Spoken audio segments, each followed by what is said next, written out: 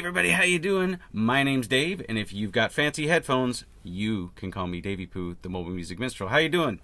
So today we're trying something different. I'm trying to put my ugly mug on the camera so that you guys can see stuff and things. Today we're going to talk about electromechanical pianos. What the hell is an electromechanical piano anyway? Well, that category that includes things like player pianos, Hammond organs, Fender Rhodes, Wurlitzer electric pianos, mellotrons, Yamaha CP-80s, and we're kind of going to cover all of those today. So I'm not used to doing the face cam thing, so yeah, we'll see how this goes, so bear with me. So I've got an AUM session set up here, and I have Ravenscroft 275 piano, I have Neo Soul keys, I have M3000 Mellotron, and I have BS16i. And we're going to use these to go through exactly what are these electromechanical pianos and a little bit of the history and how to use them, especially for people who are not keyboardists or who want to be able to sound more like a genuine keyboard player. Here's a little knowledge, maybe it'll help you out. Okay, so we all know how a piano works in principle, right? We press down on a key, and when we press down on a key, a hammer comes up and strikes a string or a group of strings, and they vibrate, and that's what makes the sound of a piano. You know, I have my iRig Keys 37 Pro here that I have midied up, and it's going to make a lot of clacking. It's a very clacky keyboard, so I apologize. I will try to do my best to edit some of the clacking out as best I can, but I appreciate you bearing with me. So, pianos. Hammer comes up, strikes the string, string vibrates. Okay, you have the sounding board that resonates, and the cabinet of the piano is designed to make the sound resonate, to make it louder. And on a piano, well, the strings are in different groups, and I gotta be honest, I don't understand exactly how they're grouped. I'm sure you could do a Google search and you could find out exactly how the strings on a piano are grouped. But there are groups of strings, and it makes the piano thicker and bigger sounding, okay? And fuller sounding, richer sounding, maybe that's a better way to say it. So that's the basic principle behind a piano. Now, electromechanical pianos are pianos that have, or keyboards, are the ones that have mechanical parts, physical mechanics that work inside them, but they create an electric sound or electronic sound. So we're going to start quickly by talking about player pianos. Now, of course, I don't have an example of a player piano app here, but a player piano was one of the first types of electromechanical pianos. It was designed for people who wanted to listen to music in their house before there was radio. Now, think about that for a hot second. Before there was radio, people didn't have a way to have music in their house unless they could play. So player piano was one of the first ways that people could have pre-recorded music in their home without knowing how to play an instrument. Pretty amazing the lengths that people would go to for entertainment, though, right, in their home.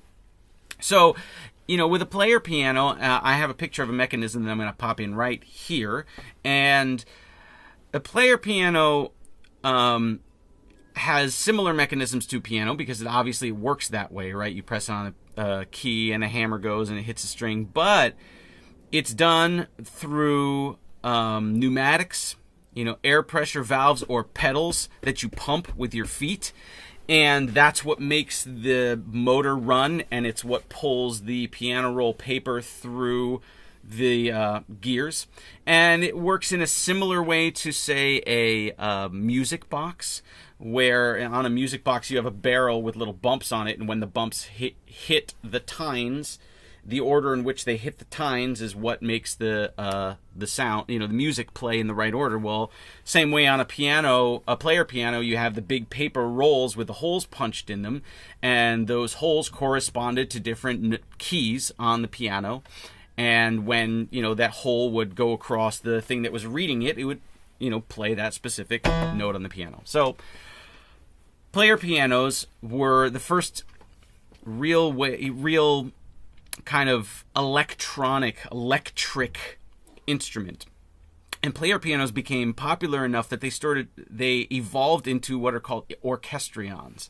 An orchestrion is basically a player piano, but it's got extra stuff in it: snare drums, vibraphones, rattlers, all sorts of whistles and things, and they make almost like a full band sound. And these were popular on boardwalks and in penny arcades and things in the 20s and 30s. Now, I live in the San Francisco Bay Area, and one of my favorite things to do is to go down to Musée Mécanique, which is down at Pier 39 now, Fisherman's Wharf, touristy area. But it's got a great collection of player pianos and orchestrions, and you can actually buy CDs of some of them playing the songs. And they sound fantastic. You can hear like the gears turning in the whir of the motor and all the noises. It's just awesome.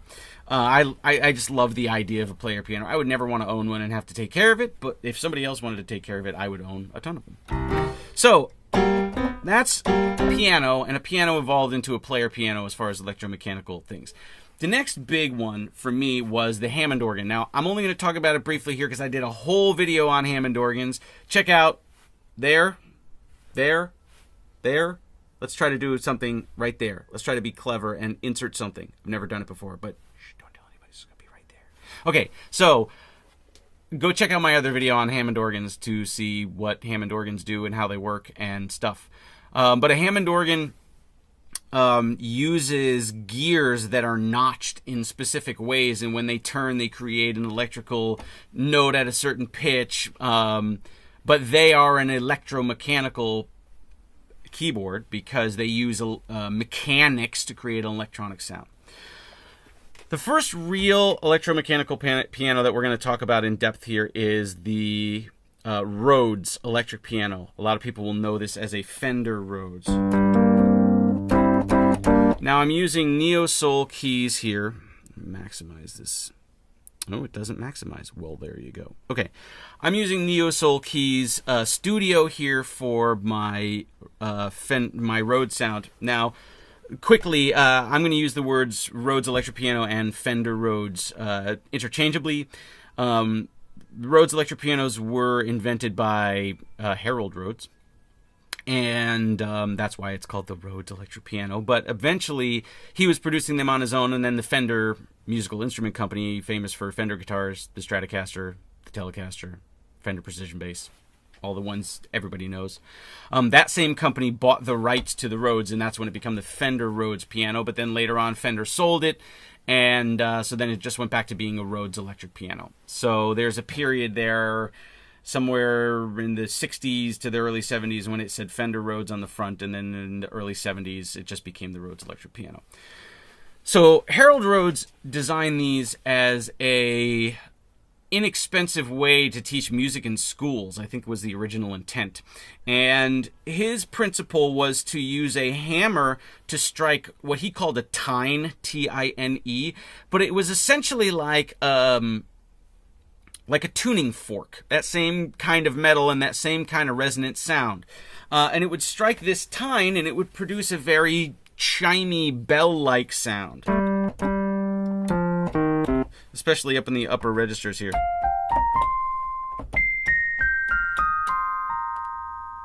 So you have the hammer, and it was a wooden hammer in the early days, and then over time it became a plastic hammer. And you press the key, and the mechanics have the hammer hit the tine, and the tine vibrates, and a little pickup like a guitar pickup picks it up, and you send out signal to an amplifier. And this is the sound you get, eventually. So, obviously, over time, the Fender Rhodes was changed, and they altered bits, and they upgraded bits, and they changed it a little bit. So, the different eras, the 60s pianos have a bit of a different sound than the 70s ones, and then the 80s ones. And then, of course, in the 80s, you had the famous Yamaha DX7 synthesizer, frequency modulation synthesizer, had its famous Fender Rhodes sound that pretty much everybody used in the 80s, but that's sort of an evolution of the tone. We're going to talk about the actual instrument a bit. So, I owned a 1977 Rhodes piano for a long time, about 15 years. And one of the things that I found out is that the mid-range is really like meaty on an electric piano, and the things that work on a piano, things that you would play on a piano, don't always sound good played in that same way on an electric piano. Because the sound has different, the timbre is different, it has different tonal characteristics, and as a result, you have to kind of cater your playing towards the instrument. This is why, if you go see some cover band, a lot of times the keyboard player may be playing piano licks on a Hammond organ or piano licks on an electric piano, and they don't work in the same way. And if you have a little bit of an ear and can understand the subtle differences between them, then you can know the best way, the most effective way to use them. So that's a Fender Rhodes piano. Now, there are a few different types over the years that were famous. Wow, I couldn't get that to stick. A suitcase model was sort of a keyboard with an amplifier that it sat on top of, and the sustain pedal was built into the cabinet of the amplifier and the speaker underneath it. You also had a stage model which didn't have the amplifier, and it was just the keyboard with legs, and the guys would run that through a guitar amplifier. And they have a bit of a different sound to them, but this is sort of the standard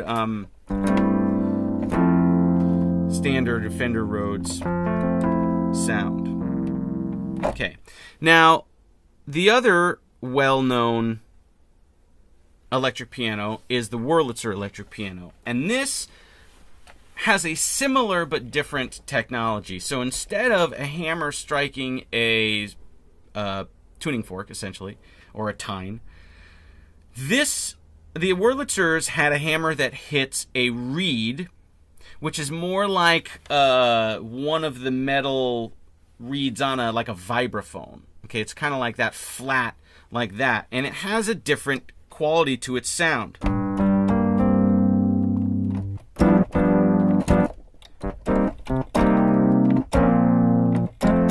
You hear it's kind of tubier, rounder.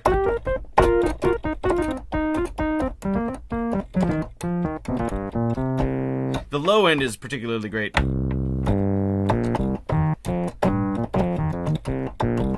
On a whirly.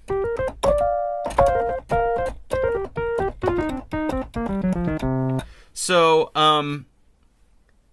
let's talk about quickly some of the places you can hear these keyboards, specifically these ones. So, the Fender Rhodes, people who used the Fender Rhodes were Herbie Hancock was famous for using it, Corea was famous for using it. Who else? Robert Walter is a keyboard player, came up in the 90s with the Grey Boy All-Stars. Now he's known for playing Hammond organ more, but back when he played with the Grey Boy All-Stars, he almost exclusively used the Fender Rhodes, and that's kind of where I got my first love of it from. Who else was famous for using a Fender Rhodes? Well, I can rack my brain now, but I'm not going to think of it. So, Wurlitzer players, I tend to think of people like Ray Charles. Some of his cuts in the 50s, he used the whirly, and it sounds really good. What I Say, I think. I'm not going to play this well.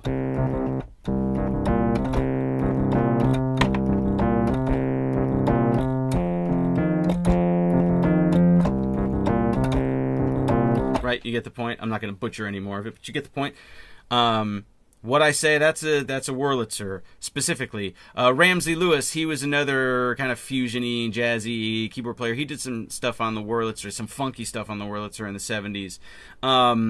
But your Supertramp is probably the most well-known use of a whirly. Let me see if I can...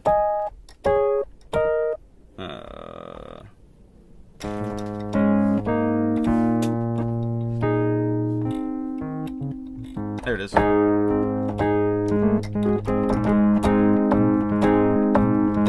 I've been actually working on this one. It was early morning yesterday. I was up before the dawn,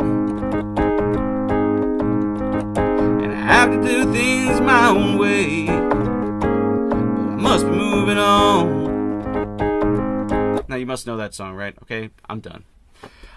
So, that's places you can hear a little bit of Wurlitzer and a little bit of Rhodes. They have such distinctly different tones that they're similar enough that they can be confused, but if you really have an ear for it, they really stand out against each other. Okay, so those are clavinets. I'm Wow, I'm going on long. I got to hurry this up. Okay, that was electric pianos. That was a Wurlitzer electric piano and a Rhodes electric piano. Last with Neo Soul Keys here, we're going to talk about clavinets. Hohner, Hohner, was the company that made clavinets, and it was kind of a modern take on a harpsichord. I guess that's the genesis from what I understand. And instead of a hammer hitting a tine or a reed, you had a hammer that had a little plectrum that came up and plucked the string, and it was like an electric guitar string, and so it has a wildly different sound than anything else because it has actual strings inside like a piano. Now, this is really popular in funk music. It's probably where everybody will know the sound from.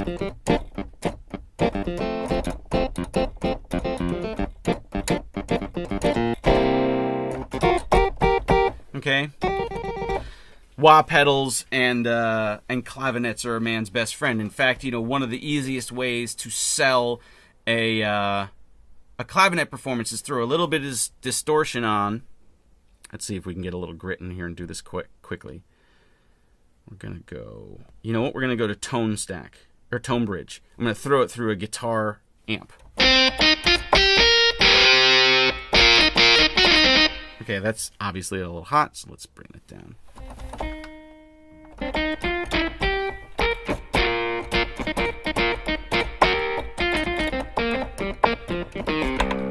Okay, so instantly, I didn't even change the whatever. This was the black keys, was whoever I had up last.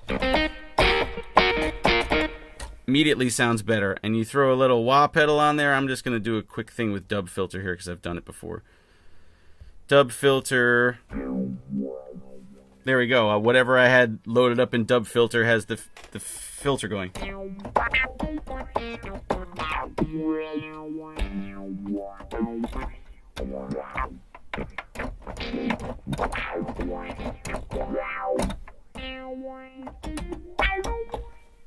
Let's see if I can change this to be faster and be a little more interesting. Let's actually set this to be sample and hold.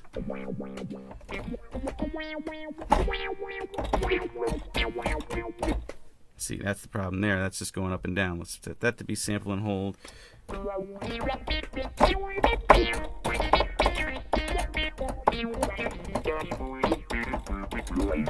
Okay, so let me quickly explain what I did there. So by putting an auto wah or filter on the clavinet, it gives it that talky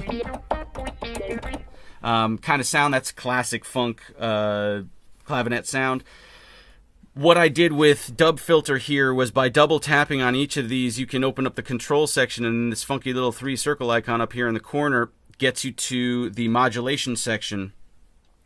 This little half moon with the 3 dots over it, I don't know why they choose the symbols that they choose, but if you use any Ape Soft or Amazing Noises app, you'll understand that that's the oscillator. It's and you can set the waveform down here, you can set the range, you can set the speed. And that's all I did was I set them at sample and hold, so it'll just kind of bounce all over to random spots and just sound interesting. I don't know. So that's just a chord held. But, there you go. That's a quick clavinet. So I'm going to kill this for now. I'm going to go on to the next one. So next we have the Mellotron. Now, this is M3000 free. This, I would guess, is probably the most authentic Mellotron app. It's like the official one, but it's also $74.99, and I'm not about to spend $74.99 on a really old app that, frankly, needs to be updated fairly badly. But you'll get the idea. So, Mellotron worked in a completely different way. Mellotron was the first sampler, because what the guys who invented it did is they took loops of tape, like reel-to-reel tape from the old days, and they would record a sound on these tapes, and each different key on the keyboard had its own tape loop associated with it. And so when you press down a key,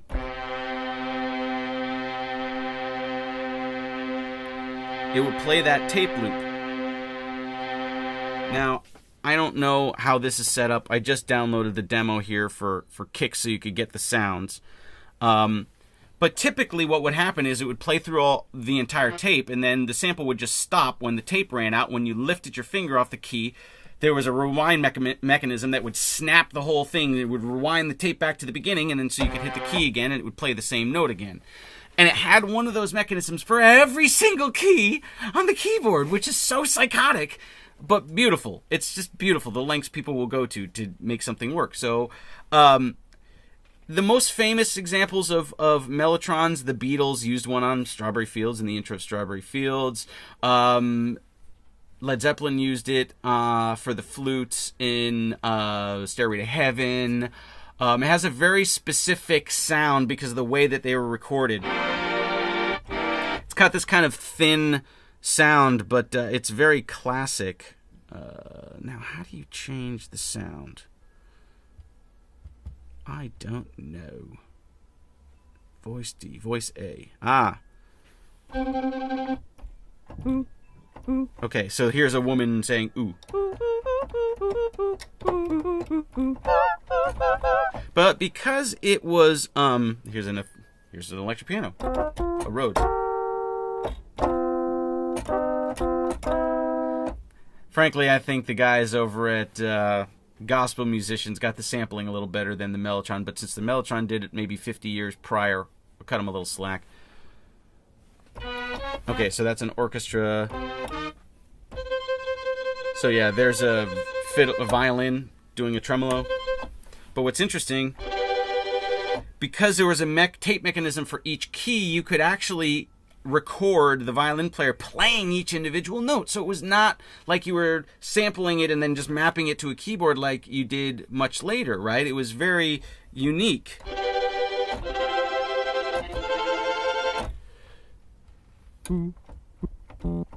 So there you go. That's the limited sounds that are in here. Gosh, I don't like this app at all. I don't know how it works. Anyway, I'm gonna failure. So you get the idea. That's the Mellotron. Okay, the Mellotron's a really unique instrument. It's really got a cool place in history. The sounds, I think, really evoke that time period, though. They're very specific to that time. So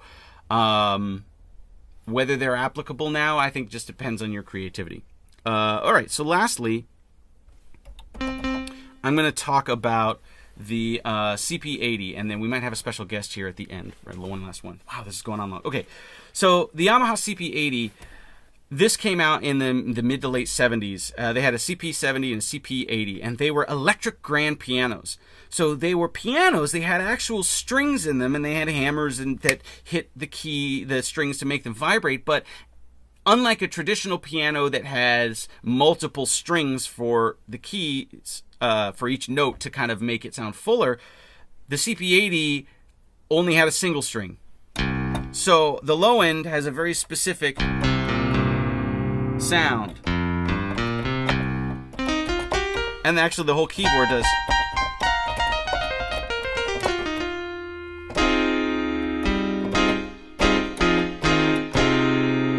Okay.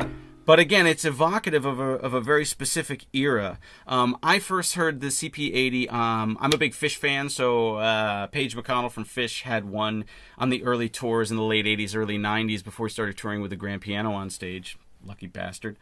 But as a kid, my parents used to listen to the Farewell Tour album of the Doobie Brothers.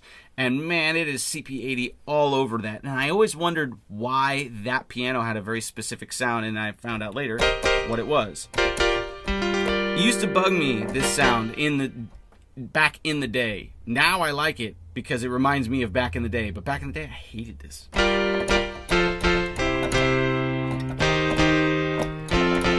So BS16i is a sound font player, and I just went searching on Google and I found a free sample set of the CP-80.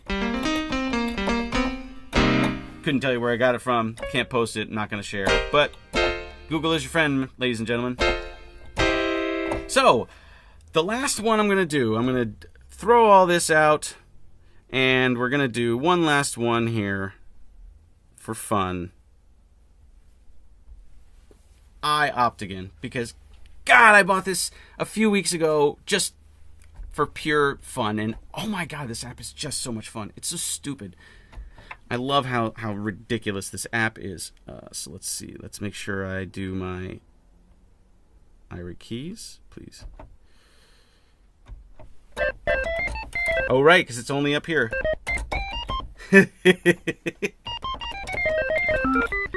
That's really funny. Okay, so the Optigan... stop! The Optigan had these optical discs, right? It was basically a clear piece of plastic with some parts blacked out, and wherever the light shone through, they had a light receptacle reader thing that would read that and translate it into an electrical tone. I'm badly translating this because I'm just chumping it through the iOptigan, but it was meant again as sort of a home accompaniment. Hey, you get these discs, they're inexpensive, you can pop them in, it'll have a background to play against, and then you can play your little organ tones.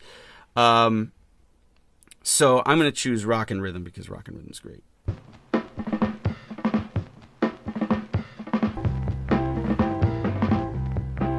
So it's got all these little buttons that have the accompaniment, and I can just jam out in the key of C.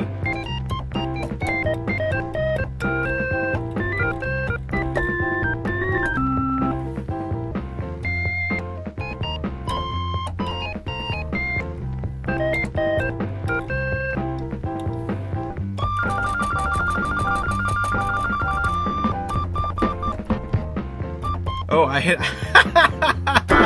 I went out of the range of the keyboard. I love this thing so much.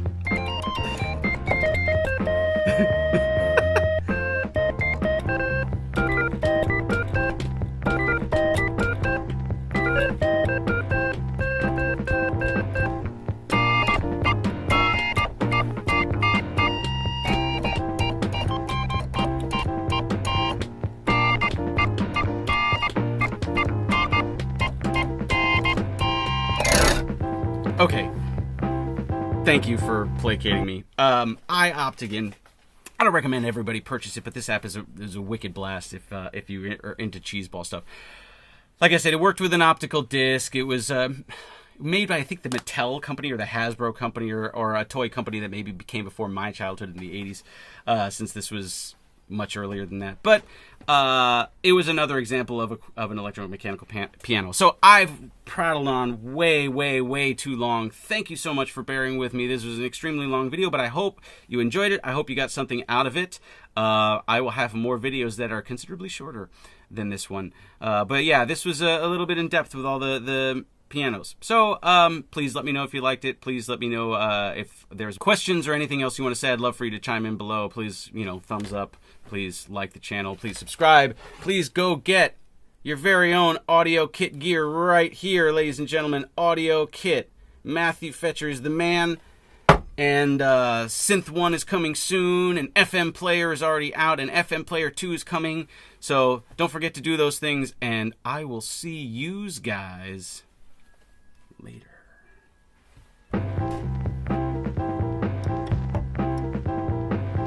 Woo!